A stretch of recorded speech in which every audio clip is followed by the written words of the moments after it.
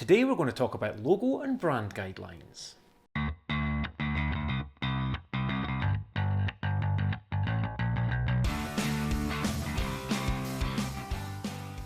Hey folks, have you ever seen a company's logo which has been squashed or stretched? It doesn't look the best, does it? Now imagine if that was your logo. If you'd spent time and effort to get the perfect design, the perfect brand identity for your business or your service or your product, and then you hand it to someone, they take it, they put it in an advert, but they squash it to make it fit. You're going to be pretty pissed off about that, aren't you? It's not going to make you happy. So how can we stop that or prevent that from happening? Well, this is where logo and brand guidelines come in. These are documents that set out rules and guidelines on how people should use your brand assets, like your logo. Without having these guidelines in place, it's quite easy for other designers to take your assets and make them fit their design, rather than thinking about how their design should fit around your brand assets. So what are logo guidelines? Well, logo guidelines are pretty much what I would say are the bare minimum of what you should have after you've had a logo designed. These will cover things like the minimum size that your logo should be reproduced at, the colours, Pantone, CMYK, RGB and hexadecimal for web. It will specify the fonts which are used in your logo and potentially also the fonts that need to be used for headings and body copy in any documents or web pages where your logo will appear. And it should also give some spacing and exclusion zones. So it should say, if you're using this logo, please allow X amount of pixels or millimeters of space around your logo so that it doesn't look like it's been squeezed by all the content around it.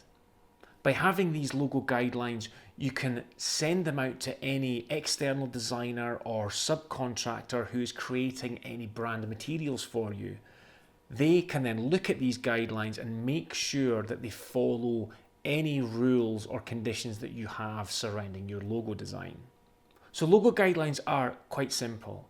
The next step up from that are brand guidelines, and these are much more comprehensive. These cover everything to do with your brand.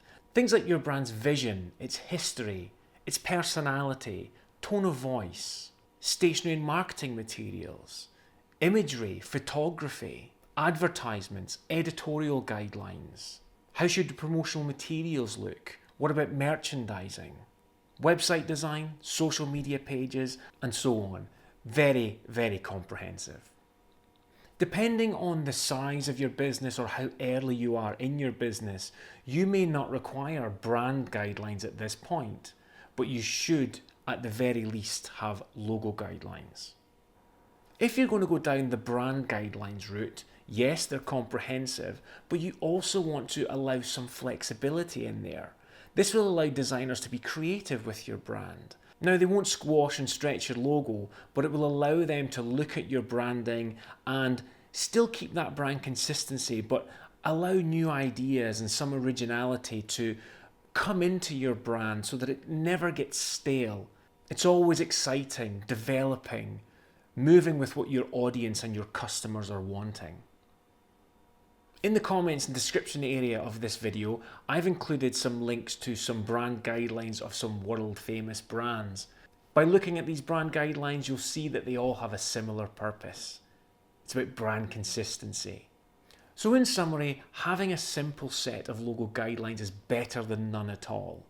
Why put in the effort and the time to create the perfect logo for you if you have nothing in place to stop other designers taking your logo, including it in some other marketing materials, and changing it?